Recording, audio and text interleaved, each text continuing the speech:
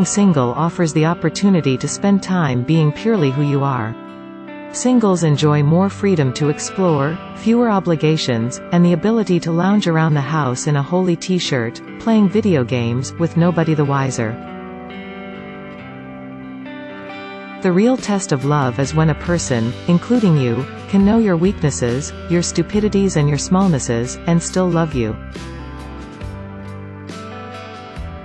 The cultural ban on having sex with your friends is an inevitable offshoot of a societal belief that the only acceptable reason to have sex is to lead to a monogamous marriage-like relationship. A lot of people describe having sex with only one person as being faithful. It seems to me that faithfulness has very little to do with who you have sex with. Faithfulness is about honoring your commitments and respecting your friends and lovers, about caring for their well-being as well as your own.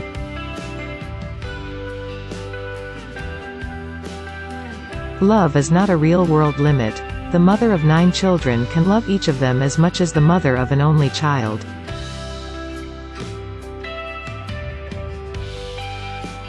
Most of us need some support in asking for what we want.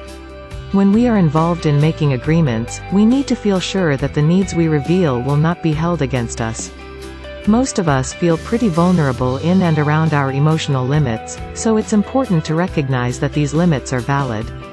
I need to feel loved. I need to feel that I'm important to you. I need to know that you find me attractive. I need you to listen and care about me when I feel hurt.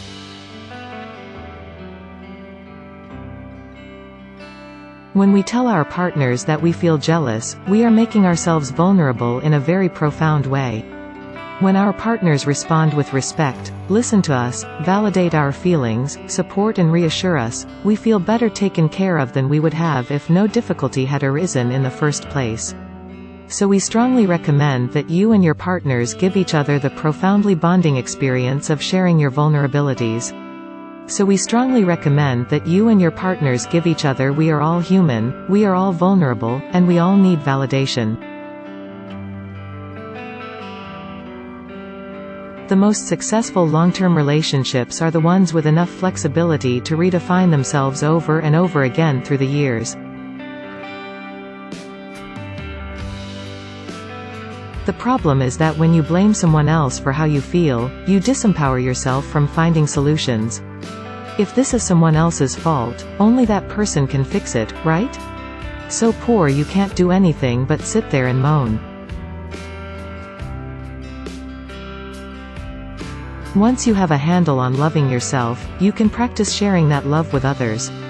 You've probably been taught to reserve the language of love for when you're feeling overwhelmingly tender and passionate, and only for those who have made huge commitments to you.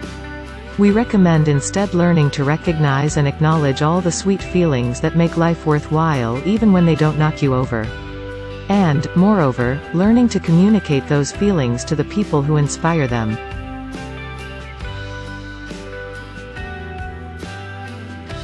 Only actions can be crimes. Let us repeat that one. Emotions are never wrong, only actions can be wrong. Emotions are an expression of our emotional truth, and truth cannot be wrong. Nor do they need to be justified. They just need to be felt. Remember.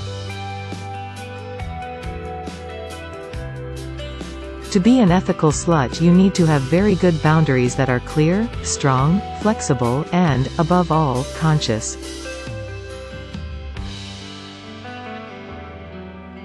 When you have built a satisfying relationship with yourself, then you have something of great worth to share with others.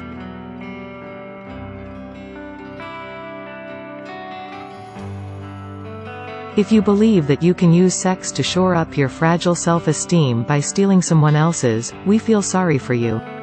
Because this will never work to build a solid sense of self-worth, and you will have to go on stealing more and more and never getting fulfilled.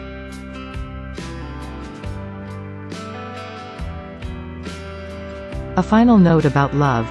One remedy for the fear of not being loved is to remember how good it feels to love someone. If you're feeling unloved and you want to feel better, go love someone, and see what happens.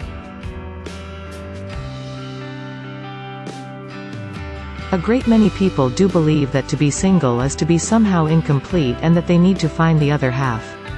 We believe, on the other hand, that the fundamental sexual unit is one person. Adding more people to that unit may be intimate, fun and companionable, but does not complete anybody.